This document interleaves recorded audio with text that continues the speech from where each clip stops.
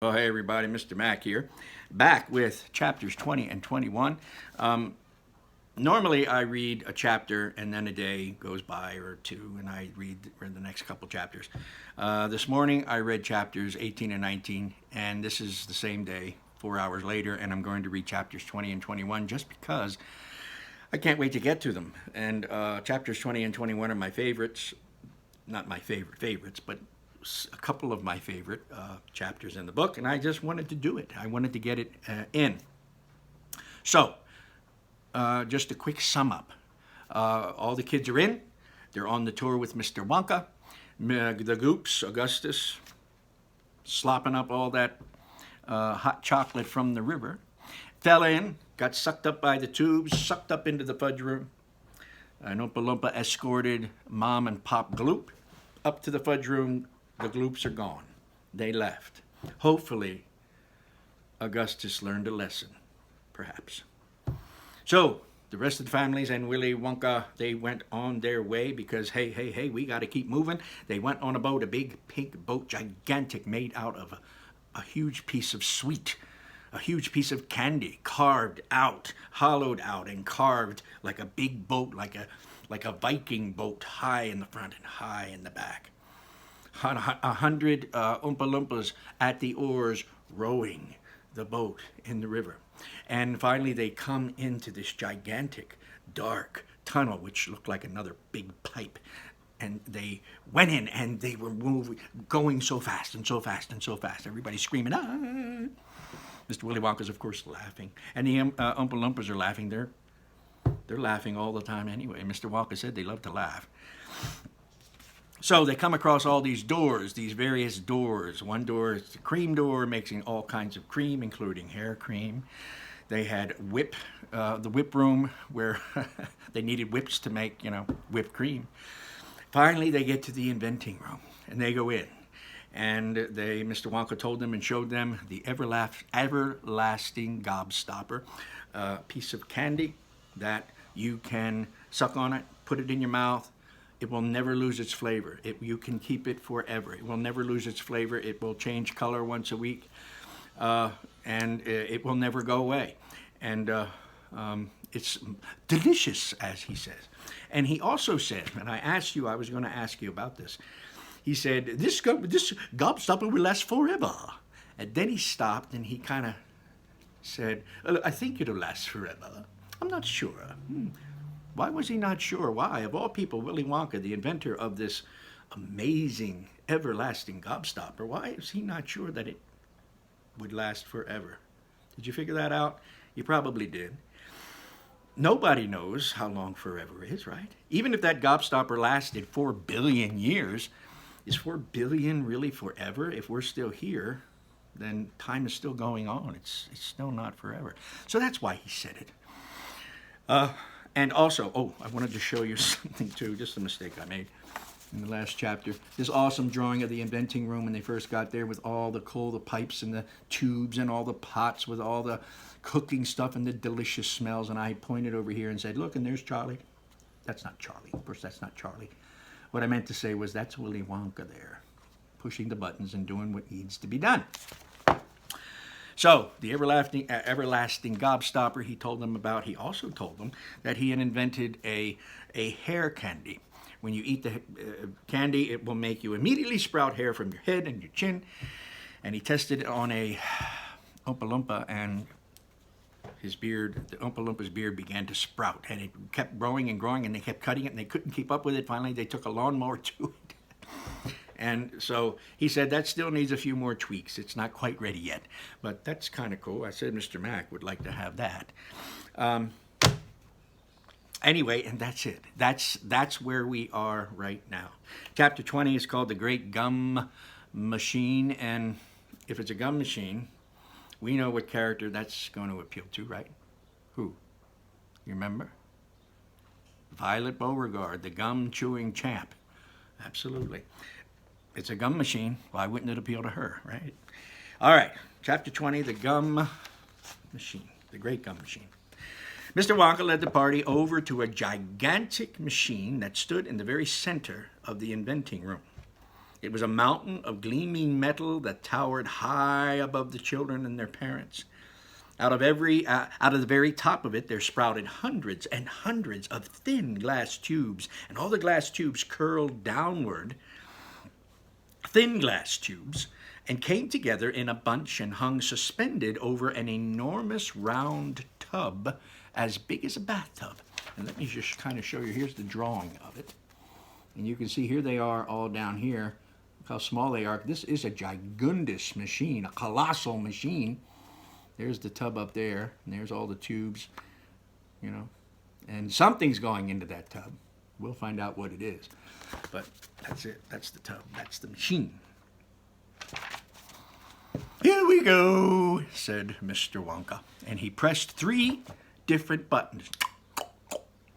A second later, a mighty rumbling sound came from inside it, and the whole machine began to shake most frighteningly, and steam began to hiss out all over the place, and then suddenly the watchers noticed that runny stuff was pouring down the sides of all the hundreds of little glass tubes and squirting out into the great tub below. And in a very single tube, the runny stuff was of a different color. Each tube had a different color, so that all the colors of the rainbow, and many others as well, came sloshing and splashing into the tub. It was a lovely sight. And when the tub was nearly full, Mr. Wonka pressed another button, and immediately the runny stuff stopped running out of the tubes, and rumbling sound disappeared, and a whizzing, whirring noise took its place. Whir, whir, whir, whir, whir, whir, whir, whir. And then a great whizzer started whizzing around inside the enormous tub, mixing up all the different colored liquids like an ice cream soda. Gradually, the mixture began to froth. You know, like when you pour a Pepsi or a Coke into a glass, the froth that's on top. It began to froth. The froth became frothier and frothier, and it turned from blue to white, to green, to brown, to yellow, to black, and then to blue again. Watch, said Mr. Wonka. Click went the machine, and the whizzer stopped whizzing. And now there came a sort of sucking noise. And very quickly all the blue frothy mixture in the huge basin was sucked back into the stomach of the machine, and there was a moment of silence when the few strange rumblings were heard, just a few. Then silence again. Then suddenly the machine let out a monstrous mighty groan. And at the same moment a tiny drawer, no bigger than the drawer in a slot machine, popped out of the side of the machine. Just a little drawer, about this long, popped out. And in the drawer there lay something so small and thin and gray that everyone thought it must be a mistake. The thing looked like a little strip of gray cardboard. So everybody saw the drawer pop out. Everybody's looking in the drawer and looking at each other like, what is that thing? It's just a little teeny strip of, what is it, cardboard? The children and their parents stared at the little thing. You mean that's all? That's all there is? Asked Mike TV. That's all, said Mr. Wonka, gazing proudly at the result. Don't you know what it is? There was a pause, and then suddenly Violet Beauregard, the goofy gum-chewing girl, let out a yell of excitement. Ooh! By gum, it's gum, she shrieked. It's a streak of chewing gum. That's me. Right you are, said Mr. Wonka, slapping Violet hard on the back. It's a stick of gum. It's a stick of the most amazing, fabulous, and sensational gum in all the world. That's the end of chapter 20. Well, so this gigantic machine, this huge, as big as a house, made one teeny tiny little piece, a little strip of gum. You know, no longer than that. Chapter 21 is called Goodbye Violet.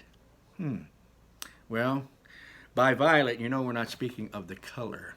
By violet, you know we're speaking of the character, Violet Beauregard. And it says, Goodbye, Violet. Now, if you don't know the story, if you've not seen the movies, then they're great. This is even more exciting.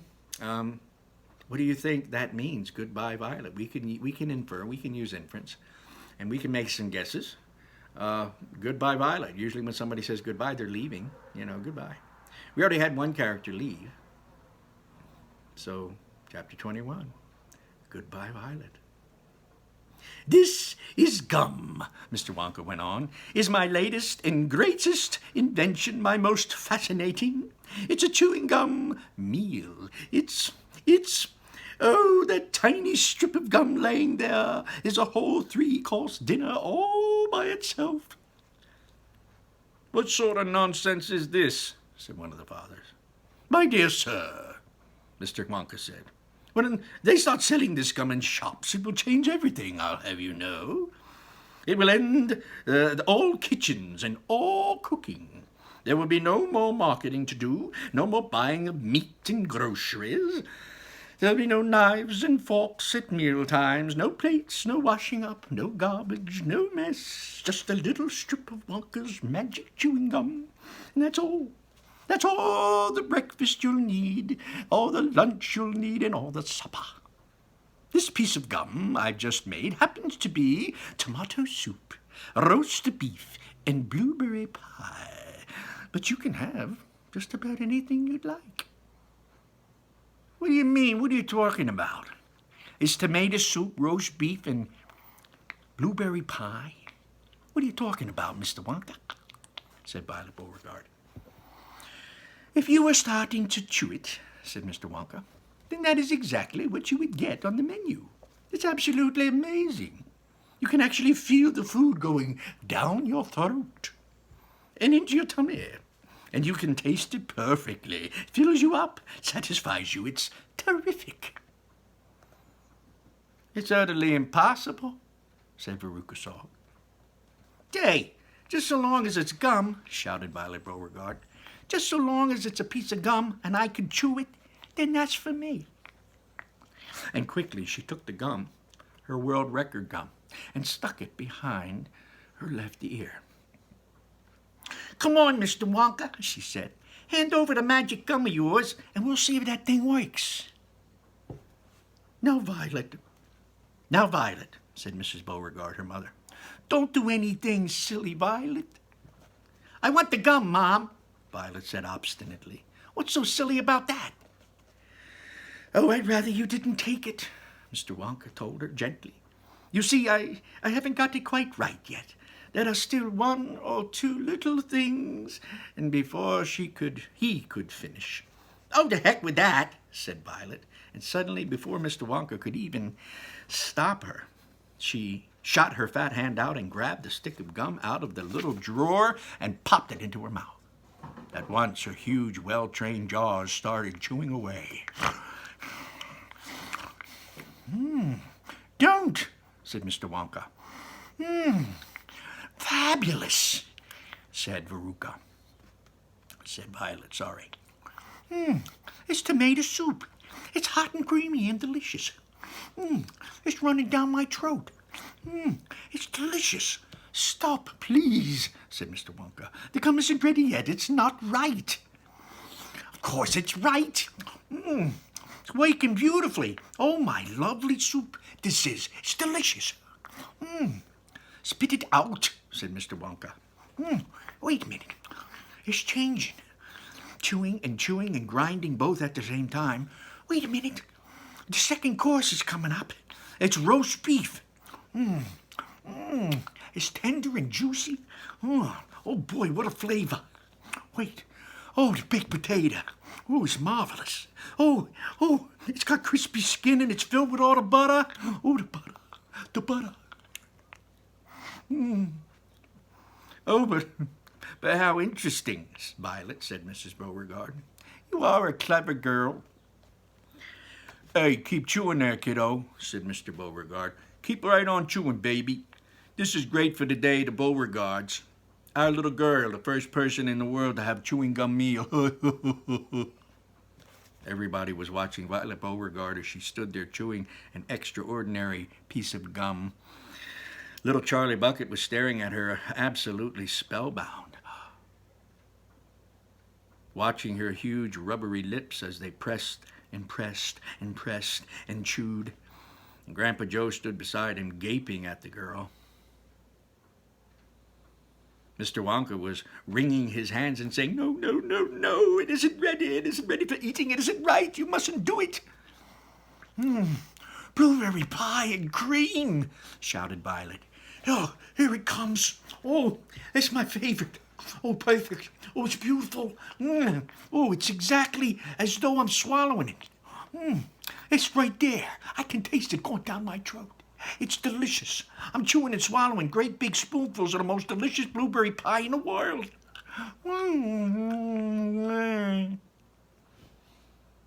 "Good heavens, girl," shouted Mrs. Beauregard suddenly, staring at Violet.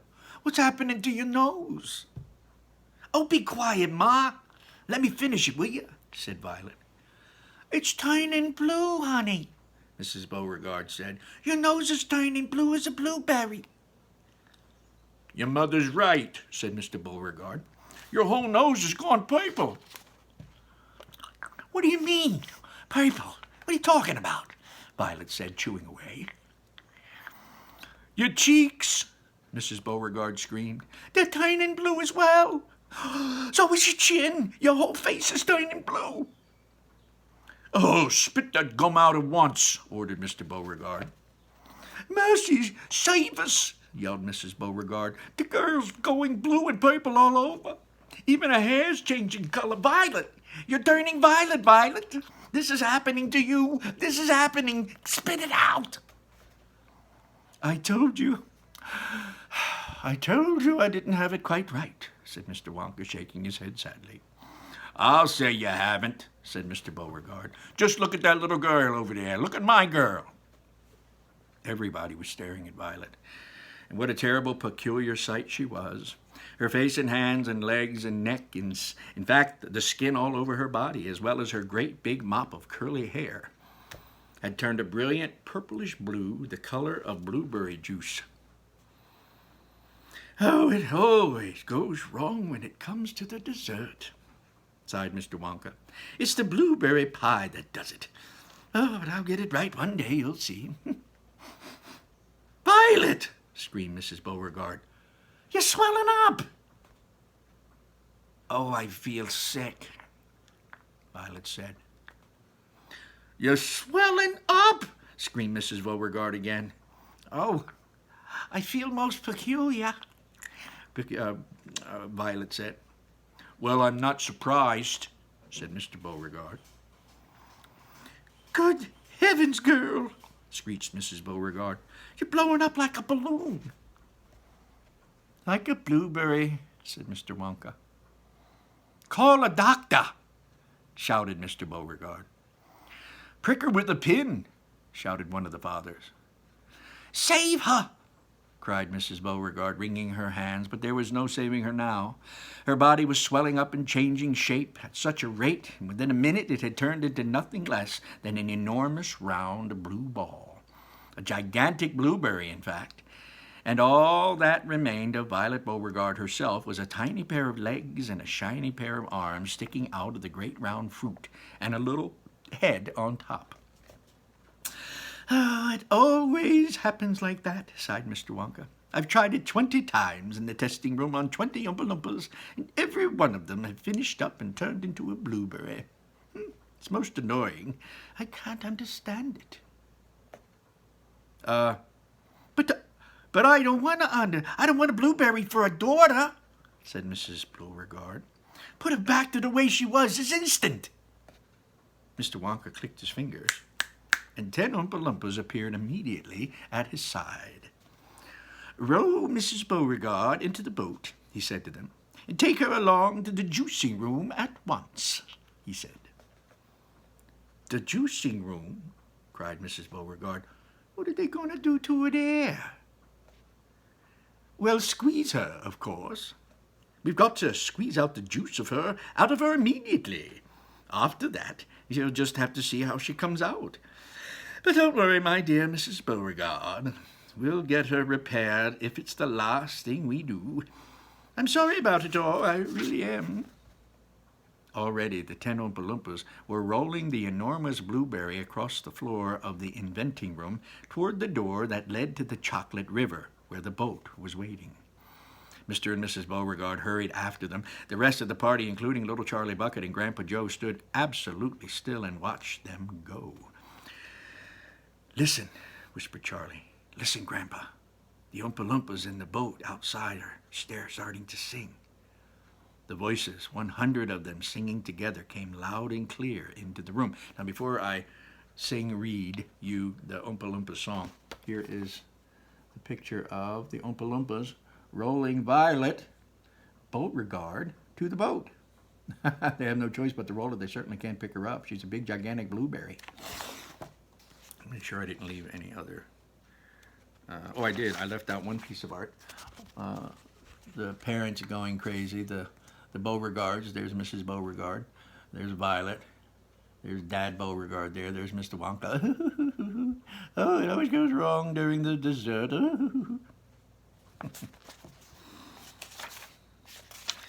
So, suddenly, as Charlie mentioned, you could hear the Oompa Loompas begin to sing, and then they got louder, and everyone could hear their song.